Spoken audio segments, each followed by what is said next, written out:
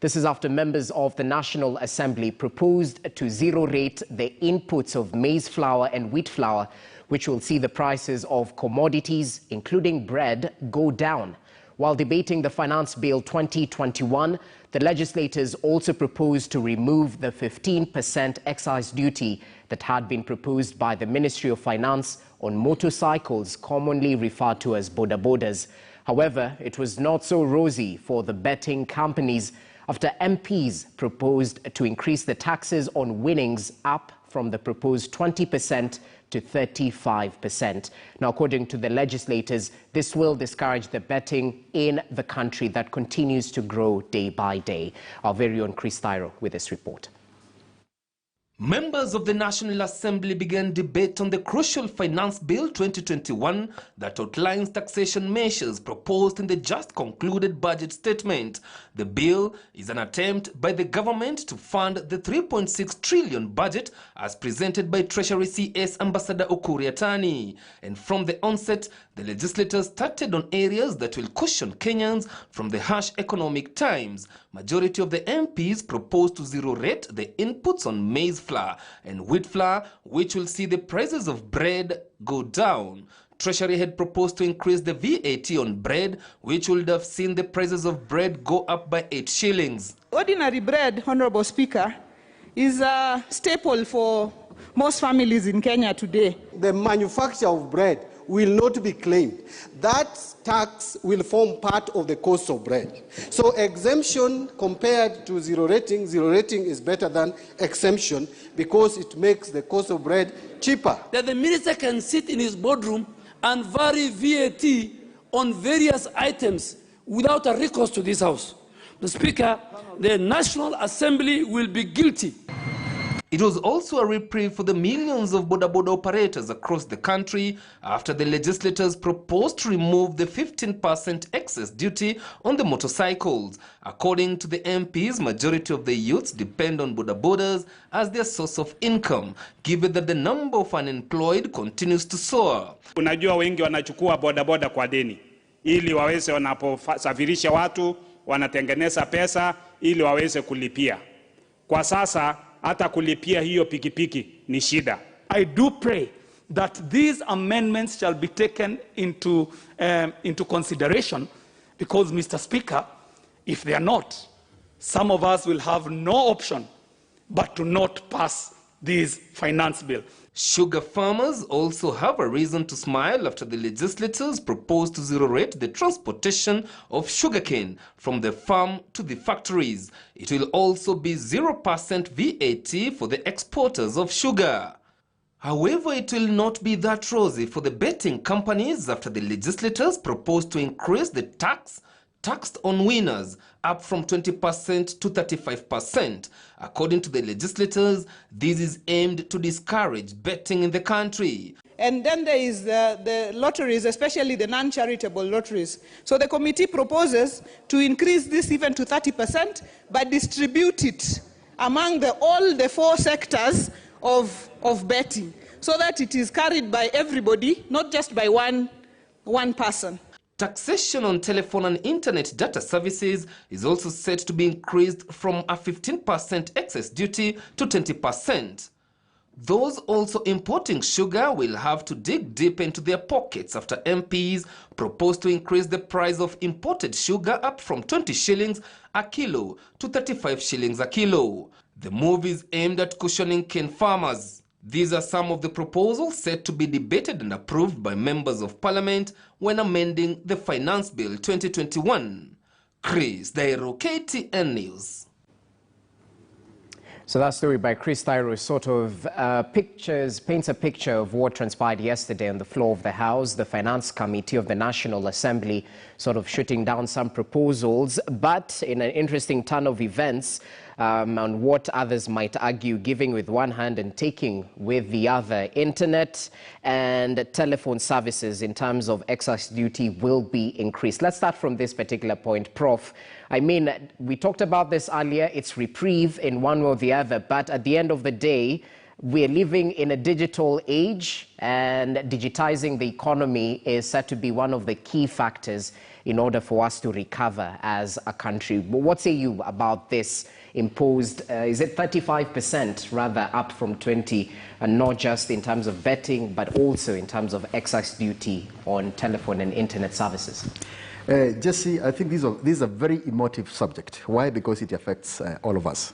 I would like to say the following. Number one is that citizens should not be taxed arbitrarily, because if you tax them too much, you make their lives too difficult, and then you might not achieve the eventual sort of goal or objective of the taxation process.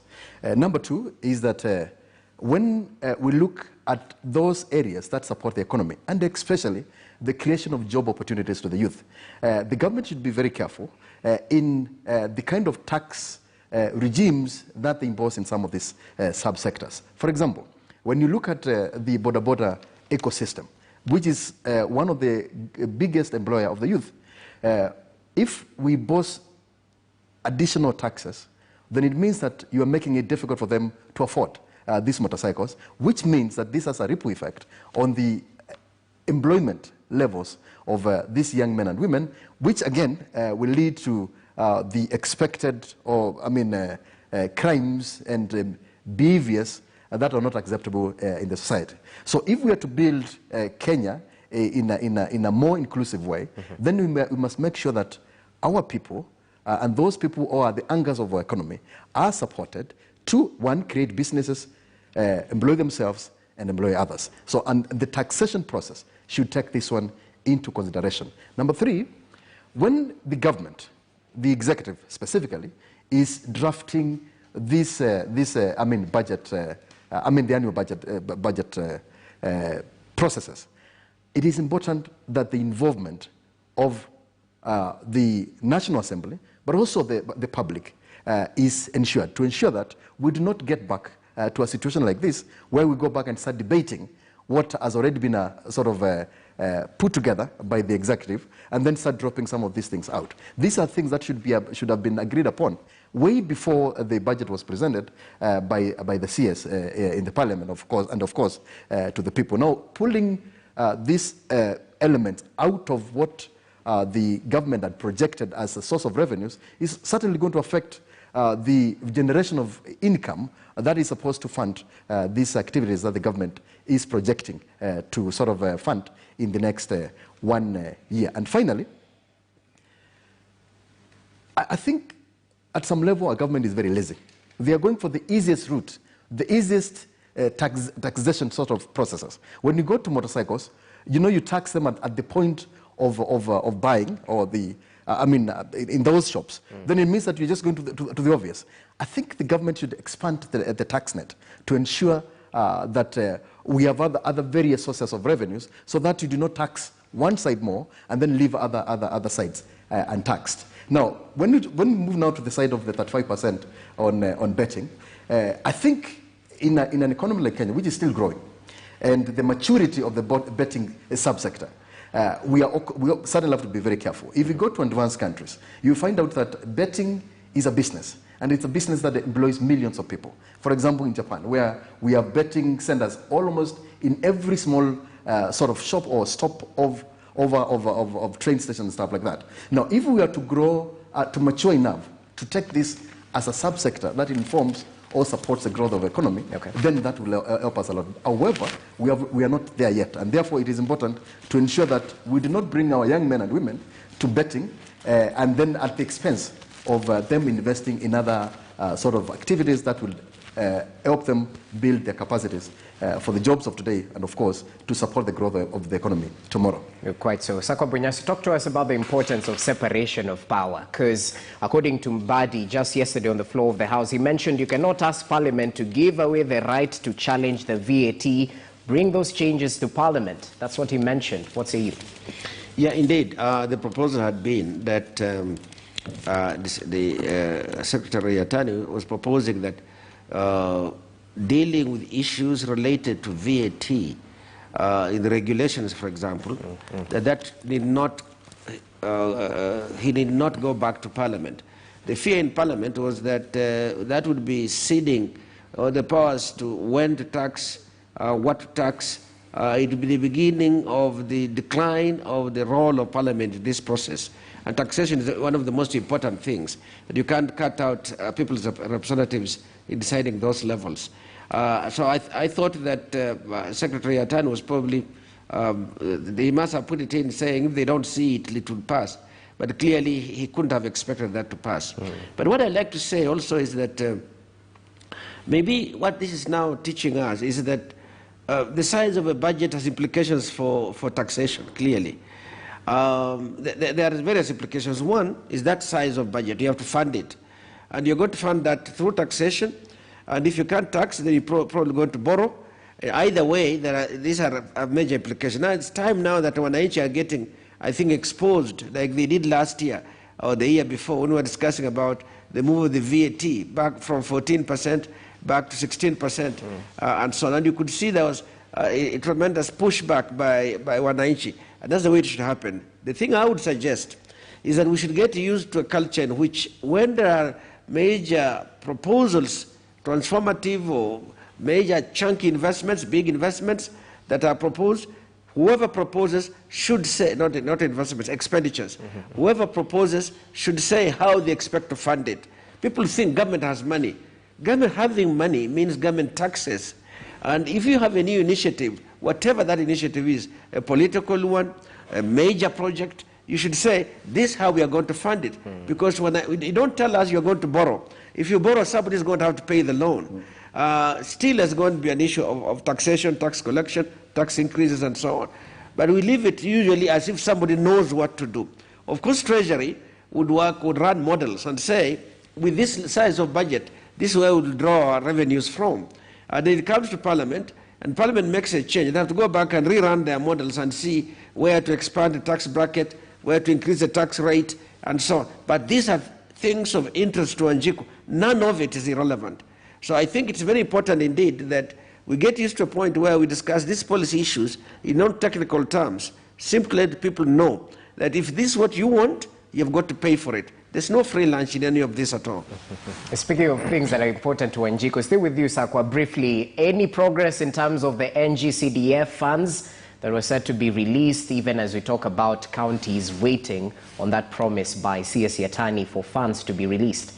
We're expecting what we learned as of yesterday, is that they will release the balance of the funds remaining for CDF, and they will also release through the month of May the entitlements of counties through the month of May. June is the one they may not be able to release. That will be a relief for the counties, but it ought to be, they ought to be able to release all this money fully. But anyway, if they did it, if they did up to the end of May, it will be better than the 4 months arrears that the counties have got. The counties are really having a tough time on this. And remember, the resources that are supposed to be released for the counties and for CDF, these are resources that go directly into the household. Well, that may be a strong statement in respect of counties, for example. But in respect of CDF, that's where the 100% transition is being funded in terms of infrastructure, for example, the bursaries with all the tough conditions emanating from COVID, the bursaries that go to high school and colleges and so on. So I think that it's a way of a stimulus into the economy. And for the counties, each time we fail to release money to the counties, we are failing Wanjiku, let's put it that way. They are the people on the ground dealing with the range of services that are most critical to our citizens. But of course, we know that the reason has been that Treasury had some issues with the revenue collection. But beyond that, I think they really must do their utmost to release monies as quickly as is available. Sometimes you get a sense that there is a punitive component.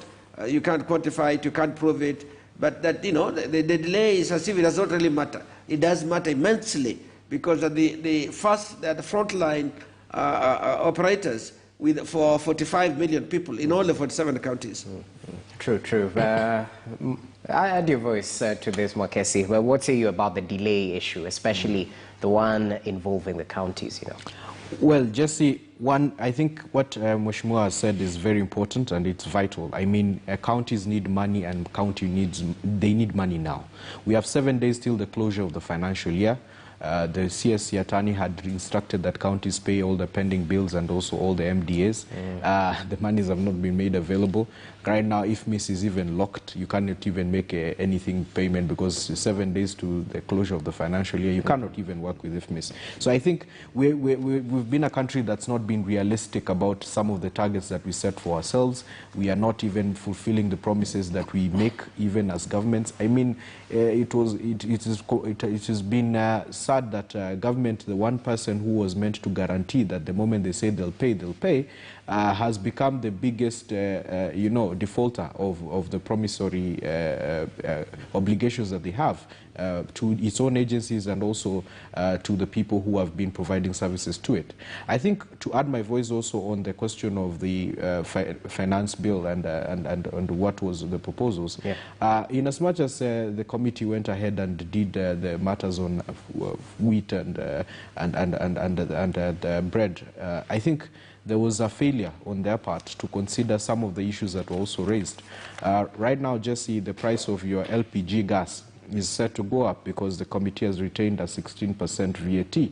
So the thing that we have been touting to our people that they need to move away from charcoal, firewood, and all this manner of things, we are now telling them that it's going to cost you more to keep the gas that you have, and soon households will just be having empty cylinders in the house. The other thing is that there is a question of the cost of credit. Loans are set to go higher because there's an imposition of excess duty of about 20% on fees and commissions that are charged by banks. Now, essentially, what you're also telling to Mwananchi is that in these hard economic times, when credit is what people would be really looking forward to do and getting money cheaply, we are now making it even more expensive for them to even access these loans, whether from the mobile phones or otherwise, even from the banks. Now, essentially, we are just telling Mwananchi they're on their own. And I think this is not the kind of framework that we need to be advancing in such a moment. I think the presidents and also the members of parliament, when they consider this committee report from the budget committee, they need to really now consider what exactly can we do to really help Mwananchi further. I think we need to go ahead and make it easier for Mwananchi to access credit. I think it's a very important thing, and we also need to make the cost of living in terms of fuel, especially the LPG, done.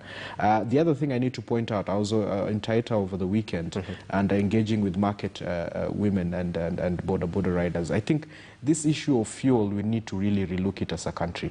The cost of fuel has really raised the prices of commodities that to a point whereby a kilo of rice or a kilo of sugar or even just sukuma wiki, it goes higher because of what they're paying additional or extra costs for transportation for these commodities at the village level. So I think we need to really look at how we can be able to lower the cost of fuel going forward. I think it's a debate that Parliament needs to really have.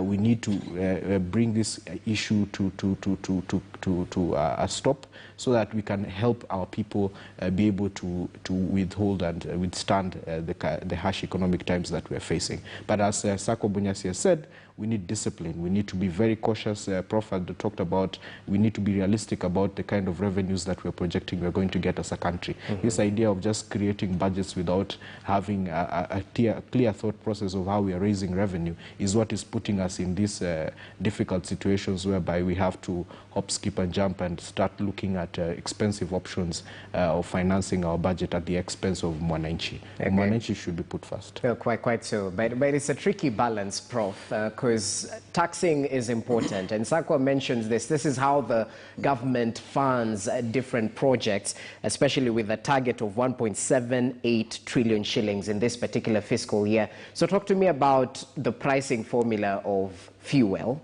because that's what Mokesi has actually highlighted. What informs the pricing? Because according to layman's language, I believe that the further you go from Mombasa, the higher the price of fuel will be. Is this true? No, thank you very much, Jesse, for this question.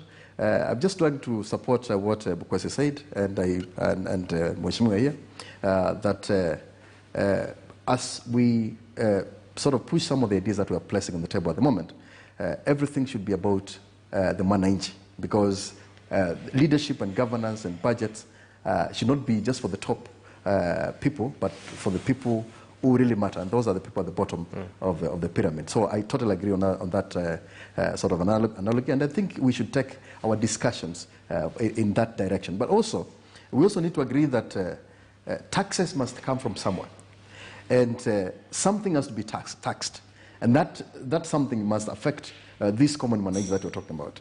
And certainly, I think the key is to create that balance, to check at what is taxable and what is not going to impact negatively on the mwananchi, so that we ensure that we get revenues from sources that will, of course, inform the economy, but also will not push the common mwananchi deep down into hardships and poverty.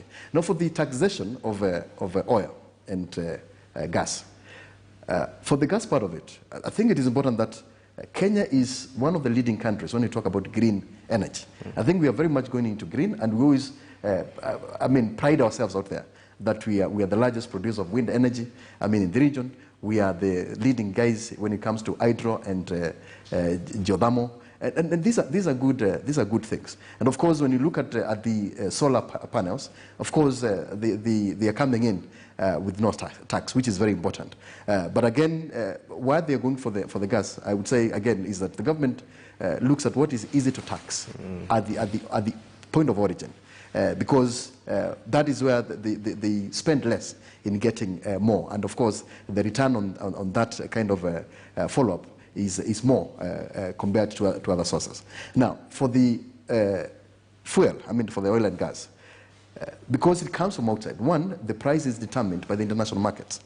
We do not produce our own oil in Kenya, so we cannot set our own prices here domestically. If you go to countries like Nigeria, you realize that the fuel there is cheaper compared to what we see in this country. Why? Because once we get ours from outside, everything is dictated by the international sort of prices, and then once it gets to Mombasa, the cost of moving it from Mombasa to the other regions sort of increases the prices as we get inland. But also the other thing is that the government's additional taxes on this is again what we have said, we have alluded to in our conversation, that it is easier for the government to get to put taxes in some of this, because then you get it easier and in a cheaper way than in any other complicated processes. I would say that those areas or those products and services that are the foundations to the economy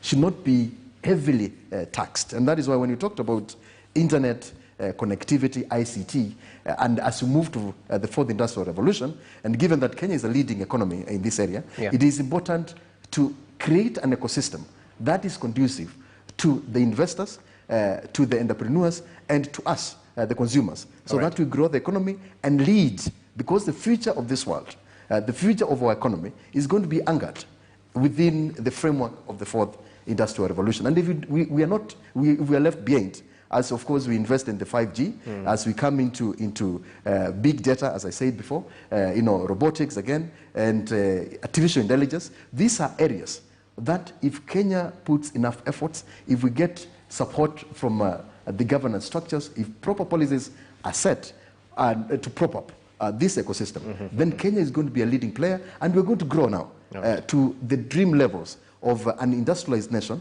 and compete with our peers, not just the Asian tigers, but among the best within the planet. Okay, well noted. Sakwa Bunyasi, as we finalize, perhaps what can we expect on the floor of the House today? Mwekesi has mentioned issues to do with the LPG, perhaps the price of fuel. Might we expect some contributions in terms of these particular issues? I think we should expect a bit of heat on discussions related to level of taxation. There's a heightened awareness of that.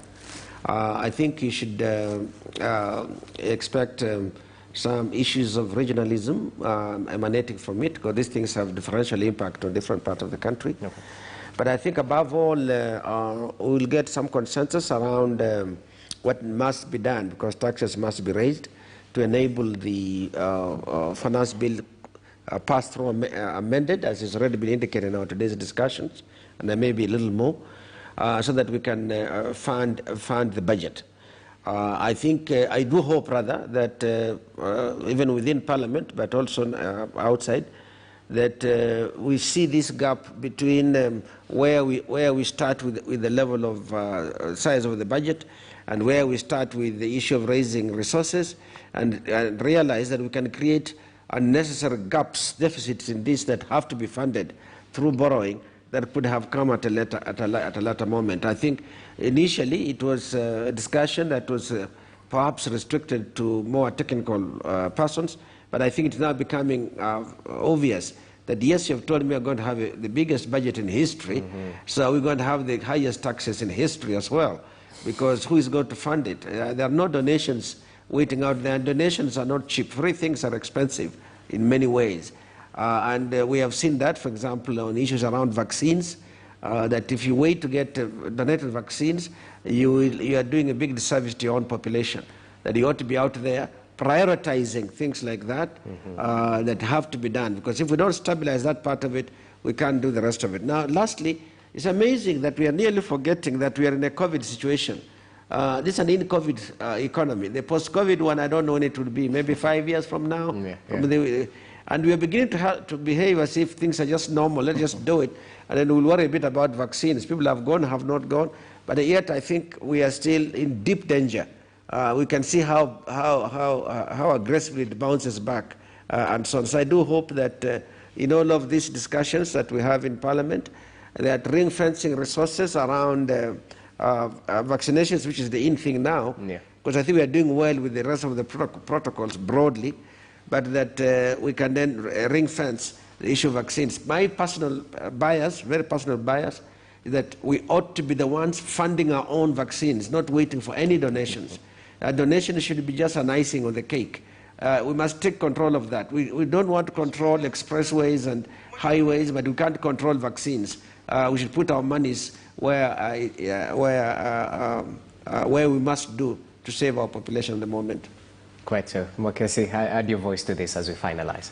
Yeah, Jesse, for me, when I look at how we are going to look at this budget process and how we are going to take care of the interests of Mwananchi going forward, I think there is something that I have failed to see come out clearly from the government, and this is the question of how do we manage our debt. There is a key question. I know that the government will be looking at having an additional Eurobond and looking for additional loan facilities to finance the deficit that they have.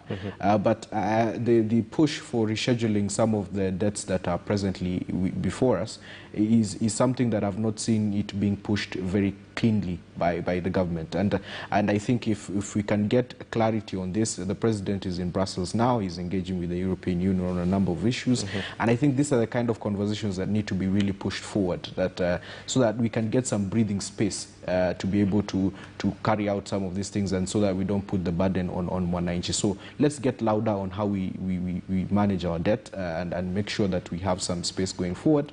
Again, I also want to laud what Sako Bunyasi has said on the issue of vaccination. We need to really put a focus on vaccination. I mean, when we vaccinate our economy, we will then be able to open up. This question of having lockdowns, having travel restrictions and things like this are grossly affecting even our ability to spur our economy. And I think any rightful thinking Treasury Department or any person who's sitting at the policy making arm, this is one thing that if they were to put emphasis on, then ideally we would then have much of the service industry jump back to life, because we are currently crawling and on our knees, literally, and most of the service sectors that have been creating a lot of income for our economy.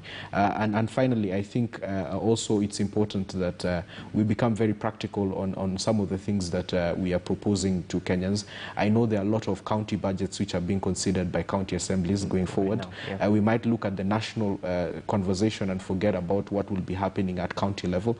And so I'd like to urge even the county assemblies to not impose rates and fees that might be stifling the ability of some of the small and local traders to be able to do their business at village and county level. And I think also it's imperative on also the county assemblies to take a very keen look at how county governments are spending the little refunds that they've received from the Treasury. Because again, also the amount of and the level of wastage that is happening at county level we need to put a cap on it, and also we need to also better prioritize. With this last administration, there will come a time whereby service delivery will come second to politics of the day. So it's important that the kind of budget planning and how we prioritize our financing is done so that it benefits mwananchi for this remaining 13 months before the next election. And so it's important that we put a focus to that.